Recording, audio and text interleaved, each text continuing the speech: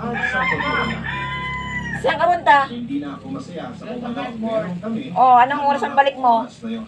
Babalik ako pag At makain. dahil sa mga nangyari, Sige, ah. mas naging masaya ako kapag si Lorraine, kahit na hindi ko pa siya, hindi mo pa rin tinigilan si Fatima, tapos nagdagdag ka pa ng ibang babae ngayon. Sino to? Sino tong babae na hawak-hawak mo dito ng kamay? Naiiyak na tanong niya. Hindi mo na dapat pang malaman, seryosong sagot ko. Napakang walang yamok iyan. Paano mo maaaling na gawin sa amin tatlo to, ha? Paano? Sana pala, nung Fatima pa lang, hindi na kita binigyan pa ng isang chance. Sana naniwala na ako sa paghihinala ko na niloloko mo talaga ako. Malinis na isda. E di sana mas Hindi sa wala isda. maaga pang natapos yung sakit at paghihirap ko sa relasyon na ito. Panulumbat ko pa sa kanya. Tandaan mo ka, hindi lang ako may kasalanan dito. Pati ikaw may pagkukulang sa relasyong ito. Malaki rin ang pagkukulang mo sa akin sa relasyon nating dalawa.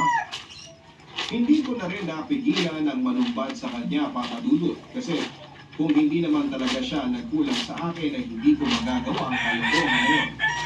Isang sampal na lang ang sinagot niya sa akin, kasunod ang mga salitang wag nang magpapakita ko sa kanya kahit kailan. Kaya hindi ko na rin siya pinigilan pa nang umalis siya sa bahay at sa buhay ko. Saglit ako naiwan na nakatulala sa loob ng bahay ko. Nag-isip Mega ako ng practice daw yung mga yan. At pinakaramdaman ng puso ko.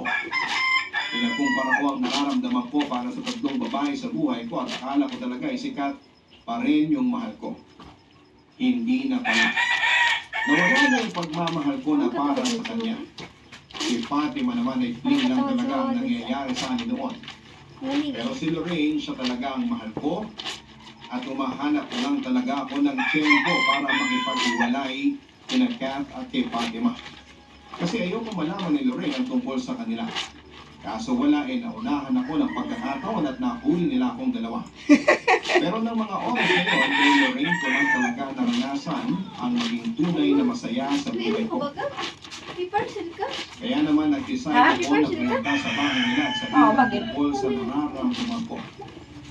Ang naisip ko noon, kung ano man ang maging kahinatnan ng pag-amin ko sa kanya, ay sigurado ako na hindi na ako uulit sa panluloko. Lalo kung makukuha ko si Lorraine, siya lang ay sapat na para sa akin. Okay yan. Bakit nandito ka? Gulat na batik ni Lorraine nang mapagbuksan niya ako ng pinto. Wala lang. Namiss nang kasi kita eh. At saka gusto kong makita ka ulit. Sagot ko. O hindi ba? Kay nanay na ano? Iya. Ikaw talaga. Natatawa Tissue paper ni nanay. Sorry na hindi na yata ako masyado. Meron din si nanay yung tissue paper parating ngayon. Pero wala eh. Gusto ko talagang nakikita ka parati. Sana ayos lang yun sa'yo pag lalambing ko. Oo naman. Ako naman ata eh. Ganun ang nararamdaman ko. Gusto kong lagi kang kasama. Laging kausap. Laging nakikita. Kasi mahalaga na para sa akin. Medyo hindi na ang sagot niya. Talaga? Sa akin din eh. Mahalaga ka para sa akin, Lorraine. Hindi nga lang mahalaga eh. Kasi mahal na kita. Mahal na mahal ang sabi ko sa kanya. Ha? Ano yung sinasabi mo? Sikat talaga si Papa Dudut. Hindi niya narinig ang sinabi ko. Papa Dudut. Sobra? Pampalibang din habang naglalaba. Nakinig ng Oo ba Papa Dudut. sinasabi mo? Hindi makapaniwalang tanong niya. Oo. Pagkabata pa lang tayo, gusto na kita.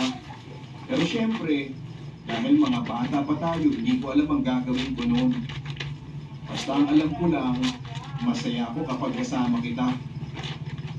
Kaya nga sobrang nalungkot ako nang umalis kayo ng pamilya mo dito sa Pilipinas.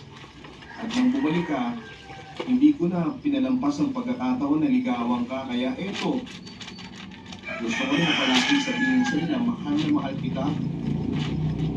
Pagtatapat ko sa kanya. Ano ba yan?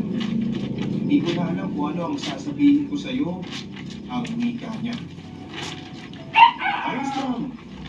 Biglaan rin lang naman itong ginagawa ko eh. Pero hindi ko na kasi kayang itago ang nararamdaman ko para sa'yo. Basta ang alam ko, mahal na mahal kita, Lorraine. Basta kaya kong hintayin kung ano ang magiging sagot mo sa pagmamahal ko. Muling sabi ko. Papa Dudut, alam kong nagulat ko si Lorraine sa mga sinabi ko na mga oras na yon. Pero hindi ko na rin mapigilan. Nang ma-realize ko na mahal ko na talaga siya, dito na rin ako nag-decide na magseryoso na sa buhay, lalo na sa kanya. Sabi ko sa sarili ko na hindi na ako ulit maglolo ko dahil hindi deserve ni Lorraine ang masaktan.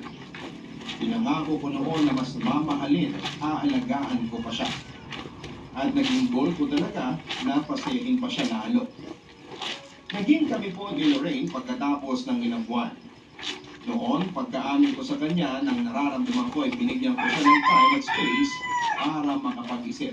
At pagkatapos nga po ng isang linggo ay sinabi niya sa akin na may gusto rin pala siya sa akin pero natatakot lang siya sa commitment.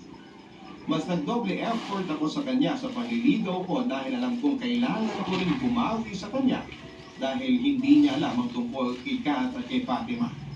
Nagbunga naman ang lahat ng effort ko dahil ngayon ay halos 2 taon na ang aming relasyon.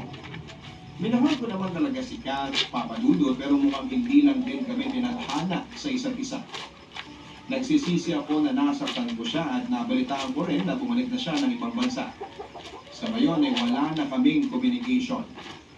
Maraming salamat sa inyo, Papa Dudut, kung mapipili niyo man ang kwento kong ito. Alam kong magulo at nakakainis, pero natuto na ako sa mga pagkakamali ko noon. At wala na akong balak pang ulitin yon sa ngayon. Sana po may mapulot kayong aral sa mga tagapakinig ng aking kwento. Lubos na gumagalang, Kian. Kung may naging pagkukulang sa iyo ang karelasyon mo, huwag mong subukan na hanapin yon sa iba. Dahil ang palaging magiging katapusan Ito ang ng aking inyong gamit na kwento sabon ay ngayon, palaging tag-ulan. malaki. Maski tag-ulan at isang pa itong aking mga Maraming nilaghan. salamat Ian sa pagbabahagi mo Pagkatuyo ng niya, iyong mabango pa rin, kwento at hindi siya tama ka namamaho. na naging Katulad nakakainis ng talaga ang pangyayari pag sa naulan sulat ng mo. hulpi tapos Kasi ay kahit ang kailan, sabon ko hindi dapat tayo naging salawahan o kasundo ko ito sa kamay ko. ng Kasundo ko talaga sa kamay ko ito. pa sa Ito. isa. Oo. Kapag kasi mas marami kayo sa isang relasyon, ibig sabihin po nun ay marami ka rin masasaktan. Wala naman kasing tao ang deserve na masaktan. Kaya mabuti na lang talaga na natapos na ang kalokohan na ginagawa mo bago pa yung tuluyang lumala. At sana Kian, na sa pagkakataon na ito sa relasyon ninyo ni Lorraine ay hindi mo na ulit gawin pa ang bagay na yon. Dahil kung totoong seryoso ka na sa kanya at mahal mo na siya, hindi ka na gagawa pa ng bagay na pwedeng makasakit ng sobra sa kanya.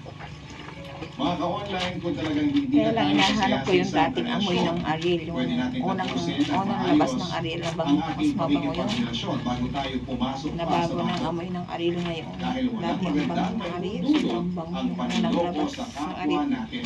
Bakit kasi nabago pa nila yung amoy ng Ariel? Ginagawa natin na Dapat hindi panloloko nila sa iba. binago yung amoy ng Ariel Dahil ang dati. pangangaliwa sa isang Mabango relasyon yun. ay hindi Yung unang kailanman labas ng dapat Ariel. na pahintulutan ni Pero naman. maskin na binago yung pa rin Ako po ang inyong si kasundo Papa kayo ng Dudut. kamay ko ng Ariel. Nag-invite sa inyong lahat na mag-subscribe sa aming Diyan YouTube lang po channel kayo. at Ha? suportahan din ang aming Diyan lang po Facebook kayo. account. Laba-laba lang mahilo lang ang ibayan ninyo. Maraming salamat po. Mahiwaga. Ay, nako, lolo. At saya.